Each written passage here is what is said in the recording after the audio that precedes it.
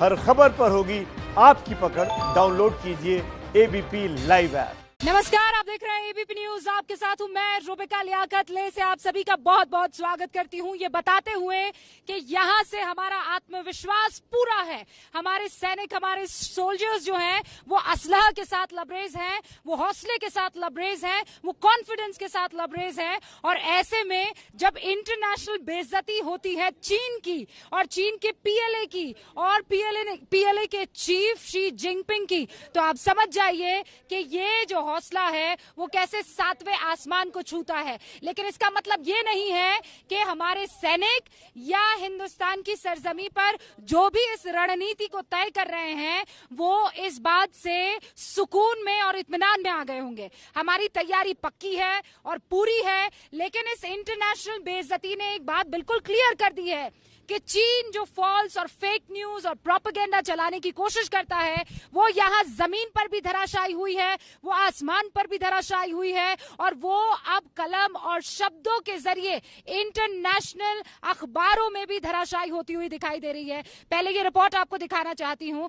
और फिर ये बताऊंगी, ये जो खबर बीच में चलकर आई थी कि ब्लैक टॉप अब हमारे कब्जे में नहीं, कुछ ऐसी खबरें आ रही हैं, उसके माने समझाने की कोशिश होगी कि चोटी एक नहीं होती, सबसे ऊंची चोटी जो है वो हमारी है अभी भी। और चीन इसी बात से बौखलाया हुआ साफ तौर पर नजर आ रहा है। कुछ ऐसी ही वहां उस इलाके में भी पहाड़ियां है। बहरहाल मेरे साथ मेरे दो सहयोगी मौजूद है, ज्ञानेंद्र और नीरज राजपूत। ले में लगातार हर दिन, चाहे वो सैन्य ऑपरेशन हो, उनका मूवमेंट हो, उनकी तैयारियां हो, और यहाँ ले की जितनी भी बाशिंदे हैं वो किस तरीके से एकजुट होकर आर्मी और सोल्जर्स को ये कह रहे हैं तुम बड़े चलो, हम तुम्हारे साथ है, ये बताएंगे।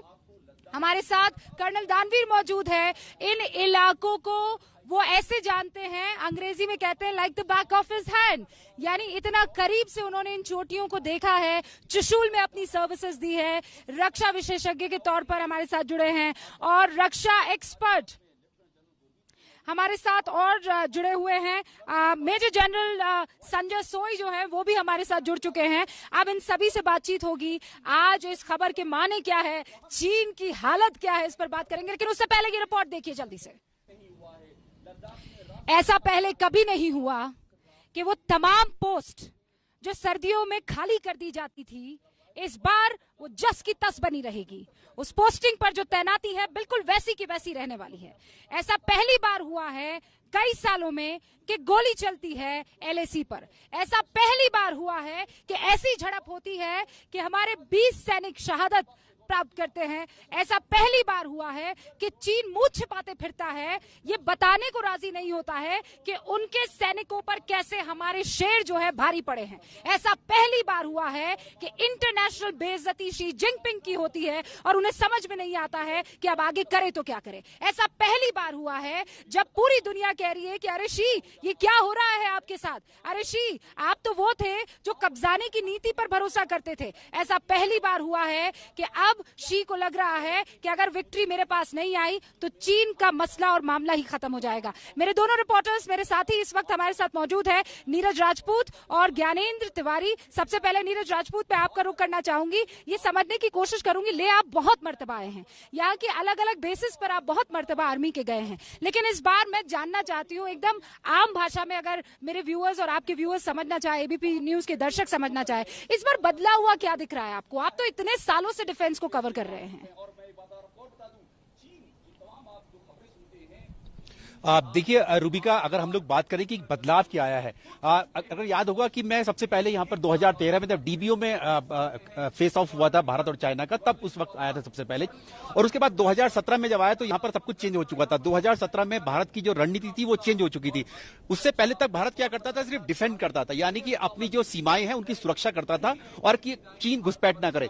लेकिन अब जो 2017 के बाद भारत ने अपनी रणनीति बदलनी शुरू कर दी और उन्होंने कहा कि अगर भारत को अगर विजय हासिल करनी है तो उसको ऑफेंसिव मूड में आना पड़ेगा। जो इस बार हम लोग देख रहे हैं, जो डोकलाम में हमने देखा कि भारत ने जो है अपने ऑफेंसिव मूड लिया।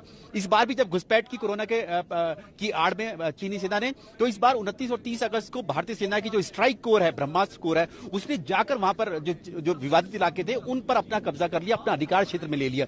ये इस बार बदलाव हुआ है, जो भारत की रणनीति है उसमें सबसे बड़ा बदलाव, यानी कि अब हम ऑफेंसिव मूड में रहेंगे, डिफेंसिव मूड में नहीं रहेंगे। रूबिका,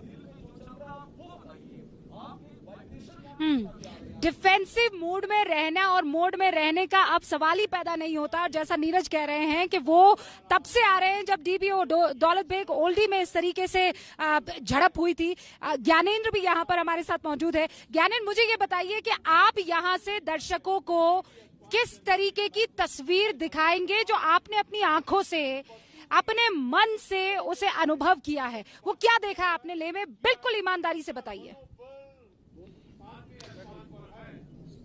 रूबिका, लेह लद्दाख से आप बता रही हैं कि चीन कैसे घबरा रहा है। नीरज राजपूत जी जो हमारे वरिष्ठ सहयोगी हैं वो लगातार बता रहे हैं कि हम कैसे मजबूत स्थिति में हैं। मैं आपको दिखाऊंगा उन पहाड़ियों की तस्वीर जहां पर चप्पे चप्पे पर, वहां कई दिनों से नीरज राजपूत यहां मौजूद हैं और वो जानकारी दे रहे हैं कि कैसे, एबीपी न्यूज में बहुत ही सटीक खबर बता रहे हैं कि कैसे यहां चीन साजिश रच रहा है लेकिन उस पर नाकाम है। सुंदर, खोल दीजिए फ्रेम और दिखाइए कि इस तरह की जो पहाड़ी है, इससे ऊंची पहाड़ियों में हमारे भारतीय सैनिक तैनात है। इससे ऊंची पहाड़ी में हर दिन उनका मूवमेंट है। इससे ऊंची पहाड़ी में हर दिन वो चीन की हर उस हिमाकत पर नजर रखे हुए हैं जो चीन करने की कोशिश कर रहा है। ये जो ऊंची ऊंची पहाड़ी रूबिका हमारे दर्शक देख रहे हैं, इससे भी ऊंची पहाड़ी पर भारतीय सेना तैनात है और न केवल तैनात है, सुंदर दिखाइए, न केवल तैनात है बल्कि जवाब देने के लिए तैयार है। और ये अब भारत नहीं कह रहा है, भारत कोई प्रोपेगेंडा नहीं कर रहा है, भारत कोई वीडियो जारी नहीं कर रहा है।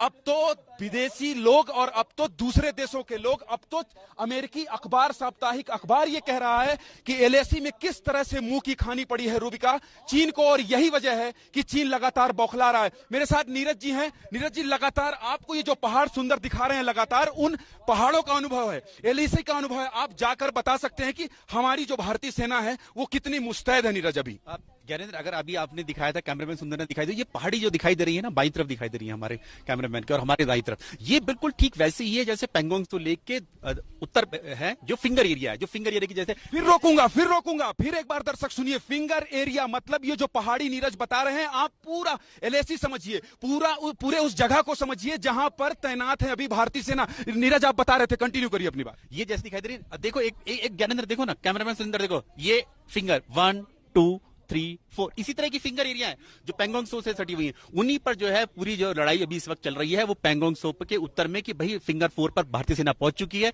चीनी सेना को पीछा करने की कोशिश करी। और अगर सुंदर को थोड़ा सा कहेंगे अपने बाईं तरफ और लेके जाएं, 90 डिग्री पर पूरा दिखाएं, ये वाली जो पहाड़ी दिखाई दे रही है और बीच में छोटा सा रास्ता दिख रहा है, इसी को दर्रा बोलते हैं। दरअसल जो रेचिनला दर्रा जिसको बोलते हैं, वो दरअसल यही है, दो पहाड़ी के बीच में जो रास्ता होता है जो चीन की तरफ जो जा रहा है, जो चीन का रैकिंग ग्रेजिंग लैंड है ना, वहां पर पूरा कब्जा इन पहाड़ियों के ऊपर कर रखा। और नीचे भारत ने अपने इस रेकिंग दर्रे के ठीक सामने अपनी पूरी आर्मर्ड ब्रिगेड टैंक की रेजिमेंट तैनात कर रखी है।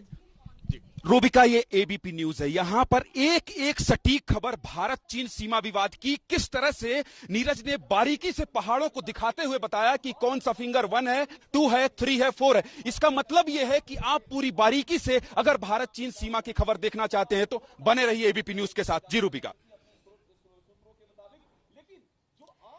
ज्ञानेंद्र, वाकई ये समझना लोगों के लिए बहुत जरूरी है। हम ये दावा नहीं कह रहे हैं कि हम फिंगर 4 पे मौजूद हैं या हम फिंगर 2 पर मौजूद हैं या हम किसी पॉइंट पर चले गए हैं, लेकिन देखिए किसी भी जगह की ज्योग्राफी जो होती है, वो जो टेरेन होती है ना, वो साफ तौर पर दिखाई देती है। और ये टेरेन बिल्कुल ऐसा है, यहां से शुरू होकर वहां एलएसी तक।